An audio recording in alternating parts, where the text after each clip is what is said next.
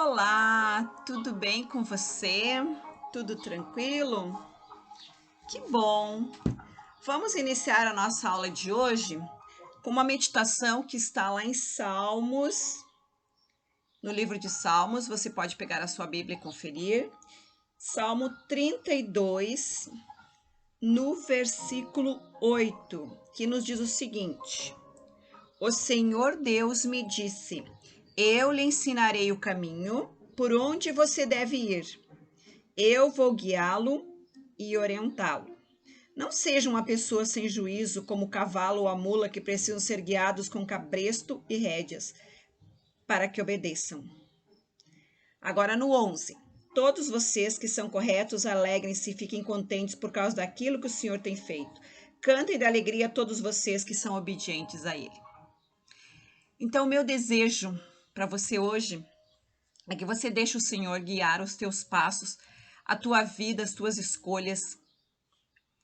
Às vezes a gente usa os pensamentos humanos, os nossos desejos carnais, e eles às vezes nos fazem escolher algo que não é muito legal para a nossa vida. Então, a partir do momento que você vai deixar que o Senhor guie os teus passos, você for obediente à sua palavra, você será feliz, porque você poderá errar, com certeza, mas você vai ter um Deus que vai estar ao teu lado e vai te apoiar e vai te reerguer novamente, ok? Então eu fico muito contente de estar novamente conversando com você e que essa meditação encha o seu coração de alegria, ok? Muito bem. Agora que nós já meditamos um pouquinho na palavra do Senhor, nós vamos começar a nossa revisão.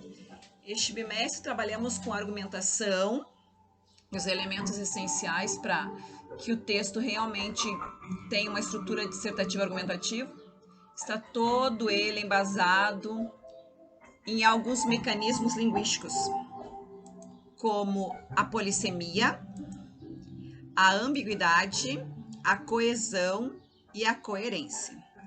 Se o seu texto estiver bem estruturado, você usou bem a língua culta, língua padrão, com certeza o seu texto está coerente, ok?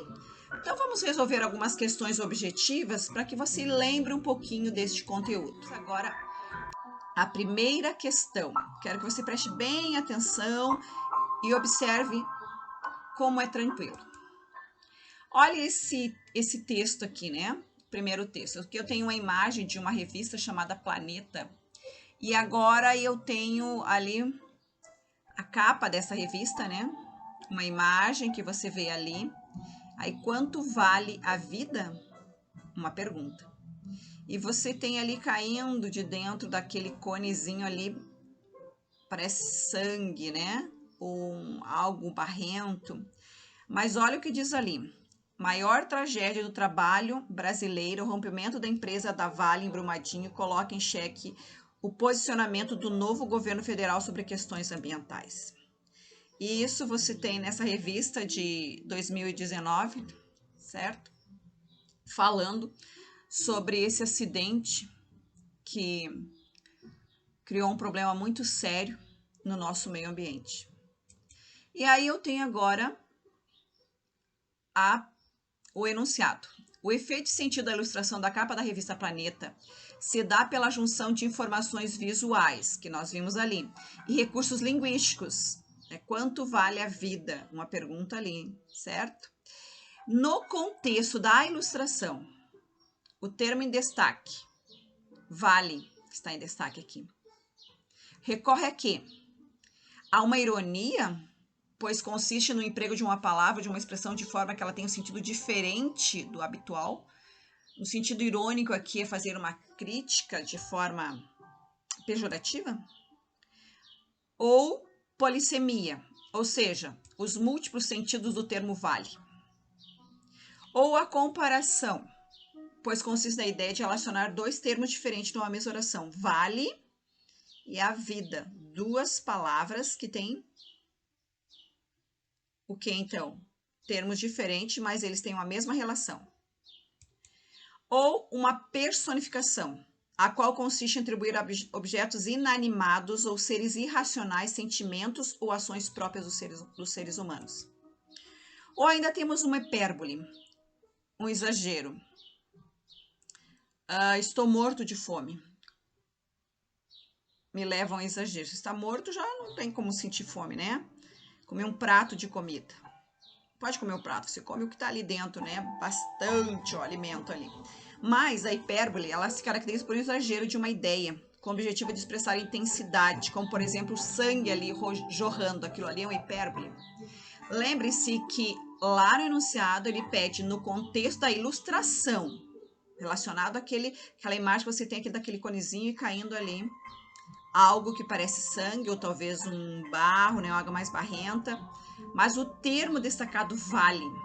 Ele é irônico, polissêmico, ele é personificador ou ele é hiperbólico? Qual você marcaria? Com certeza é um termo polissêmico, porque vale faz referência ao quê? A represa, né, da Vale em Brumadinho e também a palavra valor, que expressa o que? A quantidade. Então, ali eu tenho uma palavra polissêmica, ok? Ótimo. Vamos à próxima? Agora nós vamos trabalhar com uma tira do Rato Nickelnause, do Fernando Gonzalez. Aí você olha ali, né? 3 tirinhas, 3 quadrinhos, tenho então aí a tira. Em terra de barata, ponto. Quem tem um chinelo é rei, uma exclamação. A baratinha falando, e o ratinho, olha a carinha dele para ela. No segundo quadrinho, nós temos só a baratinha ali, né? Continuando falando ainda. Mais vale uma naftalina na mão do que 2 rolando. E aí o ratinho olha para ela, né? E fala, não suporto filosofia barata. Ok? O que você percebe aí? Que aqui existe uma alternativa que vai identificar corretamente o recurso linguístico, que foi aquilo que conferiu efeito humorístico à tira. E que recurso linguístico, quer dizer, o que tem ali descrito, que palavrinha que tem ali, ou que expressão me leva a entender qual é o humor aqui nessa tira. A personificação, a comparação, a metonímia ou a ambiguidade. O que você acha? Você consegue lembrar o que é personificar? Personificação ou prosopopeia é quando você coloca, então, sentimentos humanos em seres que não são humanos, os seres inanimados. E aqui a baratinha está falando, ela está assumindo um sentimento humano. Comparação, eu preciso ter elementos com tanto, quanto, tão, quanto. A barata é tão esperta quanto o ratinho é tão chato quanto. Comparação, tenho isso aqui. Ou metonímia, estou lendo Machado de Assis. Posso ler Machado de Assis? Não. Posso ler a obra. Ambiguidade. Tem uma palavra aqui com duplo sentido? Não é muitos, não é muitos sentidos, é duplo sentido. Olha o que ela disse, em terra de barata. E lá no último ele diz, não suporto filosofia barata. Então, eu tenho a palavra barata aqui assumindo um efeito humorístico dentro da tira. Então, o que você tem aí? O que você iria marcar?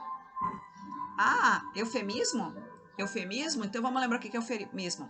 Partiu desta para melhor. Foi para a terra dos pés juntos. Ou seja, morreu. Então, como você usa uma expressão para amenizar, certo? Uma mensagem, de repente, mais dura. Ok? O que você marcaria? Muito bem. Ambiguidade. Tranquila nessa questão. Agora, vamos ver a próxima? Agora, nós vamos ver um cartoon. Olhe, doutor, tem uma dor que passa daqui para lá e de lá para cá. O que pode ser? Olha a resposta do doutor. Uma dor passageira. Ok? Agora vamos ver. O humor do cartoon reside na hesitação do médico em relação ao diagnóstico, uma vez que ele está segurando assim, né, o queixo ali, segurando o braço, dando uma ideia de que ele está meio em dúvida, né? Ou o humor está na ambiguidade do termo usado pelo médico, dor passageira. Ou a apresentação dos sintomas. Quais foram os sintomas que o paciente disse? Diz que tem uma dor que passa daqui para lá, de lá para cá. E aí? Ou foi pela gesticulação do paciente? O que você acredita que realmente levou a este cartoon apresentar um humor? Qual é o recurso linguístico? Qual dessas alternativas você marcaria? Qual dessas?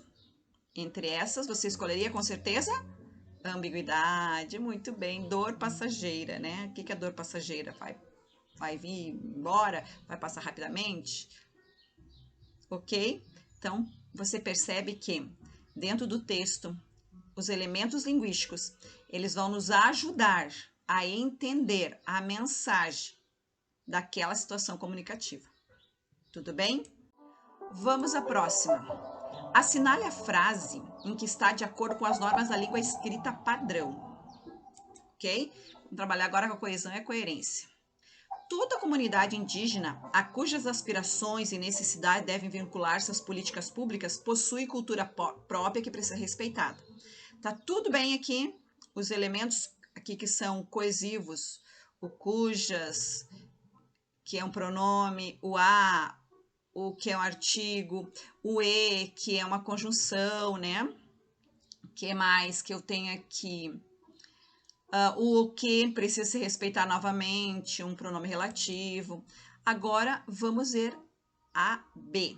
Toda comunidade indígena, de cujas aspirações e necessidades devem vincular-se às políticas públicas, possui cultura própria a que precisa ser respeitada. Qual a diferença que você vê? Você vê que ali, ó, na primeira, você tem a cujas, e aqui você tem de cujas. Ó, toda comunidade indígena, a cujas. Então, a elas, né, refere-se à comunidade indígena. E aqui, de cujas delas, o que você achou?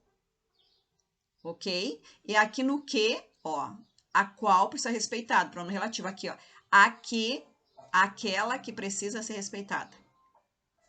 Percebeu? Há uma diferença ou não? Vamos ver a C. Toda comunidade indígena a cujas aspirações e necessidades devem vincular-se às políticas públicas. Aí você percebe que o as, ali está com o sinal indicativo de crase. Então, é para as, deve vincular-se para as. Manteve o mesmo sentido, está na língua padrão. E lá na próxima, no a qual, o a está novamente com o sinal indicativo de crase. Agora a letra D. E aí eu quero lembrar você que quando usamos crase, depois do qual tem o precisa, precisa é verbo, e diante de verbo eu não uso sinal indicativo de crase. Lembre-se disso. Crase só vai diante do que de palavras femininas, ok? Tem as exceções, mas verbo jamais. Diante de verbo você não usa. Letra D. Toda comunidade indígena cujas, aí você tirou o azinho de lá, ó, cujas aspirações e necessidades devem vincular-se às políticas públicas, possui cultura própria de que precisa ser respeitada. Ok? Agora você analisou os elementos coesivos aqui para manter a coerência desses trechozinhos aí. Qual você marcaria entre essas alternativas? Lembre-se que esse conteúdo de coesão e coerência. Coesão são os mecanismos linguísticos que eu uso para escrever, ligar orações, períodos, parágrafos, para eu construir o texto. E se houver sentido, se for entendido pelo outro, então o texto está coerente, ok? E daí, o que você me diz? Qual você marcaria? Parabéns. A letra A, ok? Perceba que pequenos detalhes podem nos pegar, mas você conhece tudo da língua. Então, tranquilo para resolver essas questões, ok? Muito bem. Nós acabamos de fazer uma revisãozinha do nosso conteúdo, trabalhamos nesse bimestre. E lembre-se, eu amo você. Então, aproveita e toma aí um chocolatinho gelado. Se tiver frio, toma um chocolate quentinho, ok? Se você gostar de café, toma um cafezinho também, ok? Mas não esqueçam, eu amo você e vejo você na próxima aula. hiper, mega focado. Ok? Tchau, então. Até a nossa próxima aula.